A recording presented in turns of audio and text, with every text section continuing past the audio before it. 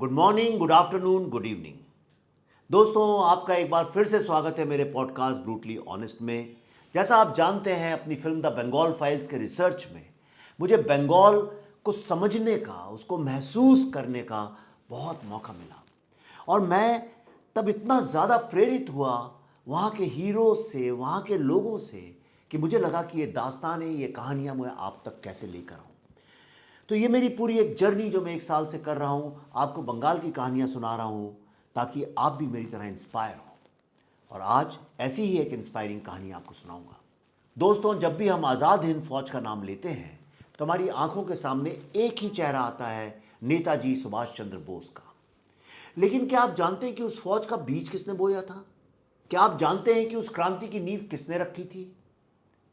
दोस्तों, उस अनसुने अनकहे नायक का नाम था रश बिहारी बोस। आप शायद ये नाम पहली बार सुन रहे होंगे। वो इसलिए क्योंकि ये नाम भारत के स्वतंत्रता संग्राम की किताबों में अक्सर किसी कोने में दबा हुआ रहता है। दोस्तों, अगर रश बिहारी बोस ना होते तो शायद नेताजी की आज़ाद हिंद फौज सिर्फ एक सपना बनकर रह गई होती। तो चलिए, अब मैं आपको बताऊंगा द अनसंग बोस की कहानी, जो जापान जाकर भारतीय स्वतंत्रता संग्राम की चिंगारी को शोले में बदल दिया। रश बिहारी बोस का जन्म 25 मई 1886 को बर्दवान डिस्ट्रिक्ट में हुआ था और उनके पिता की नौकरी हुगली जिले में होने के कारण उनका बचपन उनके ननिहाल चंद्रनगौर में बीता, जहां उनके भीतर राष्ट्रवाद की चेतना ने जन्म लिया। स्वामी विवेकानंद के भाषण, बंकिम चंद्र की आनंद मठ जैसे लेखन रश बिहारी बोस को खूब प्रेरित करती थी। बोस ने डुप्लेक्स कॉलेज में दाखिला लिया, जहां प्रिंसिपल चारू चंद्र रॉय ने उन्हें क्रांतिकारी राजनीति में शामिल होने के लिए प्रेरित किया। कई अन्य लोगों की तरह रश बिहारी भी समझते थे कि स्वतंत्रता केवल एक आम रेवोल्यूशन के माध्यम से ही संभव है। अनुशीलन समिति से जुड़कर उन्होंने बम बनाना, गुरिल्ला वॉरफेयर और मिलिट्री स्ट्रेटजीज जैसे कई स्किल्स में महारत हासिल की। दोस्तों, रश बिहारी बोस पहली बार क्रांतिकारियों के बीच तब लोकप्रिय हुए जब उन्होंने दिल्ली कॉन्स्पिरेसी केस को अंजाम दिया, जिसका उद्देश्य भारत के उस समय रहे ब्रिटिश वाइसरॉय लॉर्ड हार्डिंग की हत्या करना था। इस कॉन्स्पिरेसी में उन्होंने बसंत कुमार विश्वास और अन्य क्रांतिकारियों के साथ मिलकर 23 दिसंबर 1912 को हार्डिंग को असैसिनेट करने के लिए उन पर बम फेंका। यही था उनका सबसे पहला और सबसे बड़ा प्रहार, दिल्ली कॉन्स्पिरेसी केस। लेकिन गवर्नर बच गया और बोस पकड़े जाने से बचकर देहरादून लौट आए, जहां वे एक क्लर्क के रूप में काम कर रहे थे। 1913 में रश बिहारी बोस की मुलाकात युवा क्रांतिकारी जतिन मुखर्जी से हुई, जिन्हें पॉपुलरली बाघा जतिन के नाम से जाना जाता था, और हम आपको एक एपिसोड में इसके बारे में बता चुके हैं। अगर आप बाघा जतिन की कहानी नहीं जानते हैं तो इस पॉडकास्ट के बाद आप दिए गए इस लिंक पर वहां जाएं। मैंने आपको उनके योगदान के बारे में पहले ही बताया है। दोस्तों, रश बिहारी को बाघा जतिन एक रियल लीडर ऑफ मैन के रूप में देखते थे। बाघा जतिन ही थे जिन्होंने रश की सोच को पूरी तरह से बदल दिया और उन्हें भारत को उसके कॉलोनियल मास्टर से मुक्त कराने के लिए नई प्रेरणा दी। 1915 में बोस गदर मूवमेंट का चेहरा बनकर उभरे, जो 20वीं सदी की शुरुआत में भारतीयों द्वारा ब्रिटिश शासन को उखाड़ फेंकने के उद्देश्य से शुरू किया गया था। योजना यह थी कि भारत में ब्रिटिश राज को खत्म करने के लिए ब्रिटिश इंडियन आर्मी में एक पैन इंडिया म्यूटिनी शुरू की जाए। लेकिन अंग्रेजों ने जल्दी ही भांप लिया कि क्रांतिकारियों के बीच क्या पक रहा है, और उस आंदोलन को खत्म करने के उद्देश्य से ब्रिटिश इंटेलिजेंस ने क्रांतिकारियों को एक एक करके ढूंढना शुरू कर दिया। पकड़े जाने से बचने के लिए बोस जल्दी देश छोड़कर 1915 में जापान चले गए। जापान में उन्हें एक प्रसिद्ध बेकरी नाका मौर्य के ओनर सोमा आइजो और उनकी पत्नी कोत्सुको सोमा ने शरण दी। रश बिहारी जापानी संस्कृति में बहुत आसानी से ढल गए और उन्होंने जापानीज नेशनलिस्ट के साथ बहुत ही क्लोज संबंध बनाए, जो भारत के स्वतंत्रता आंदोलन के साथ सहानुभूति रखते थे। नाका मौर्य बेकर परिवार के साथ उनकी दोस्ती आइजो और कोत्सुको की बेटी तोशिको सोमा के साथ हुई, जिसके साथ उन्होंने विवाह किया, और इस विवाह के कारण जापान की नागरिकता उनको मिली, जिससे उन्हें जापान में अनरिस्ट्रिक्टेड एक्सेस मिल गई और उन्होंने land of the rising sun से एंटी ब्रिटिश एक्टिविटीज को जारी रखा। दोस्तों, हालांकि तोशिको के साथ उनका रिश्ता राजनीतिक नहीं था, बल्कि एक प्रेम और सम्मान का रिश्ता था, जिसने उन्हें टोक्यो में एक बंगाली भारतीय रेस्टोरेंट खोलने के लिए प्रेरित किया, जो ऑथेंटिक इंडियन मील परोसने लगा। उनके रेस्टोरेंट में लोकप्रिय डिश में से एक था रिशुकर या राइस करी, जिसे विशेष रूप से इंडियन करी राइस के रूप में जाना जाता है, और वो जापानी लोगों का पसंदीदा खाना बन गया। आपने अक्सर देखा होगा, जब भी कोई फॉरेनर से ये सवाल किया जाता है कि उन्होंने कभी कोई इंडियन डिश ट्राई की है, तो पॉपुलर आंसर होता है, yes I have tried Indian carry, yes करी। जापान से रश बिहारी ने दुनिया भर में रहने वाले भारतीय क्रांतिकारियों को एकजुट करने में खूब प्रयास किया। उन्होंने जैपनीज, आयरिश और जर्मन नेशनलिस्ट के साथ काम किया।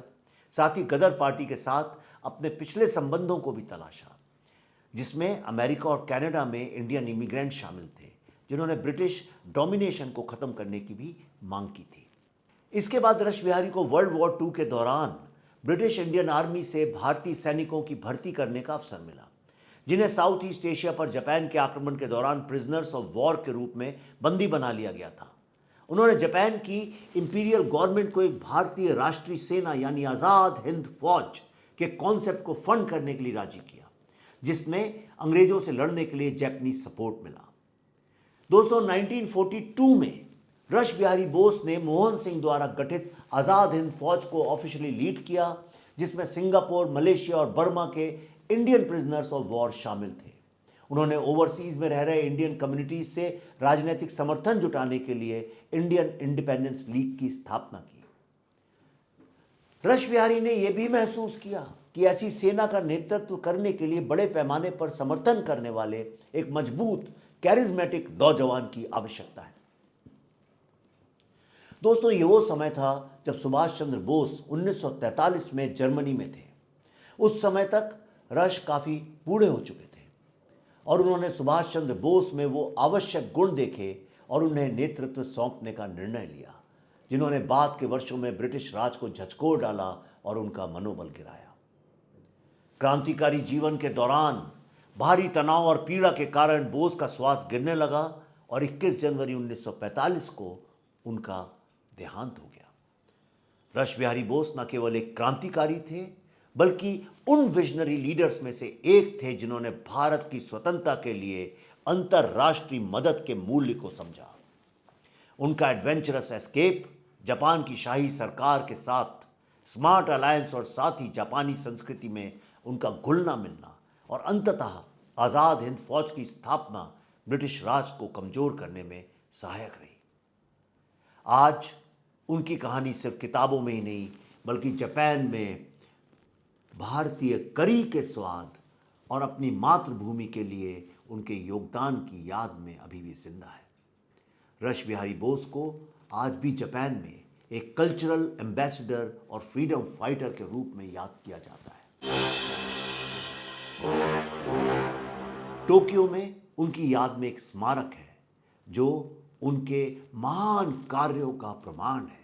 आप इस फोटो में देख सकते हैं और कभी आपको जापान जाने का मौका लगे तो आप यहाँ ज़रूर जाइए, क्योंकि कैसे हमारे एक देशभक्त नेता का सम्मान जापान में हो रहा है, पर भारत के इतिहासकार, भारत का एजुकेशन सिस्टम, भारत के इंटेलेक्चुअल्स और मीडिया हमको ऐसे हीरोज़ के बारे में कभी बताते नहीं हैं।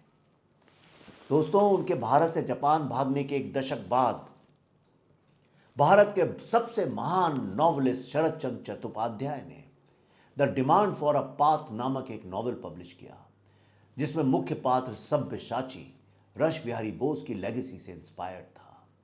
इन सब के बावजूद ऐसा लगता है कि जिनके लिए उन्होंने अपना सब कुछ बलिदान कर दिया, उनकी लेगेसी कहीं खो चुकी है।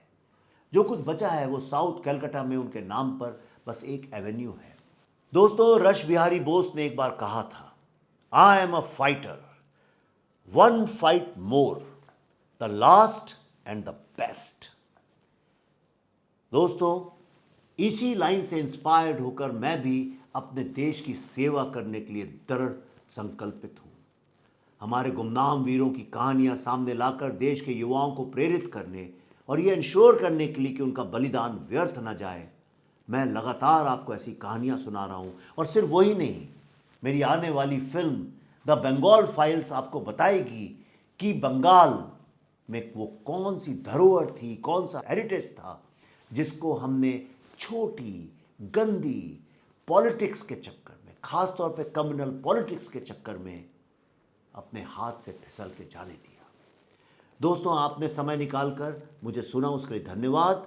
अगर ये एपिसोड आपको पसंद आया तो इसे अपने दोस्तों और परिवार के साथ शेयर करें। अपने विचार कमेंट्स में ज़रूर बताएं। अगले हफ्ते फिर मिलेंगे और एक महत्वपूर्ण विषय पर चर्चा करने के लिए। तब तक के लिए वंदे मातरम।